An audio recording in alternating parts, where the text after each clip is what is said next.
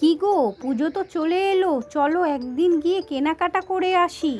হ্যাঁ হ্যাঁ, চলো গিন্নি, কাল রবিবার, অফিস ছুটি আছে, কালকে তোমাদের নিয়ে যাব কেনাকাটা করতে। সঙ্গে মা বাবাকে নিও কিন্তু। পল্টু, আমরা কাল যাব নতুন জামা কিনতে, তুই যাবি না? না রে, এবার আর আমার পুজোর জামা হবে না, বাবার কাছে টাকা নেই রে। কি গো গিন্নি, মনমরা করে বসে আছো কেন এই সন্ধ্যাবেলায়? মনমরা হবে না? আর কটা দিন বাকি আছে পুজোর? ছেলেটাকে তো একটা জামা কিনে দিতে হবে নাকি? তার সাথে তোমার বয়স্ক মা বাবাও তো আছেন। কি যে করি গিন্নি, এখন তো হাতে আমার কোনো টাকাই নেই, তার উপর মাছের শেষ। দেখি মনিবের কাছে কোনো টাকা ধার পাই কিনা।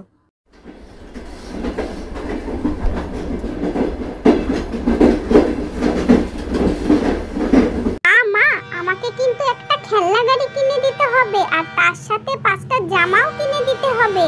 মা, আমাকে কিন্তু 7টা জামা কিনে দিতে হবে। ঠিক আছে ঠিক আছে। মনিব, আমাকে কি কিছু টাকা ধার দিতে পারেন? কি করবি টাকা নিয়ে তুই?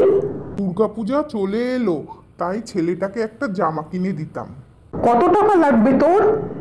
আগে 1000 টাকা দিলে খুবই ভালো হয়। না, আমি এত টাকা দিতে পারবো না। গো, মনিব টাকা দিতে রাজি হয়েছে? না গো, টাকা দিতে রাজি হয়নি। এবার মনে হয় ছেলেটাকে একটা পুজোর জামাও আমি দিতে পারবো না।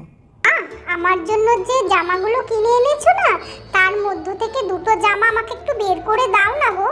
এখন জামা নিয়ে তুই কি করবি? কাল তো পুজো। এখন আমি কি করি? কিরে পল্টু, বাড়ি আছিস নাকি? কে এলো দেখো তো বৌমা। নমস্কার, আপনারা কারা? পল্টু আছে, আমি ওর বন্ধু।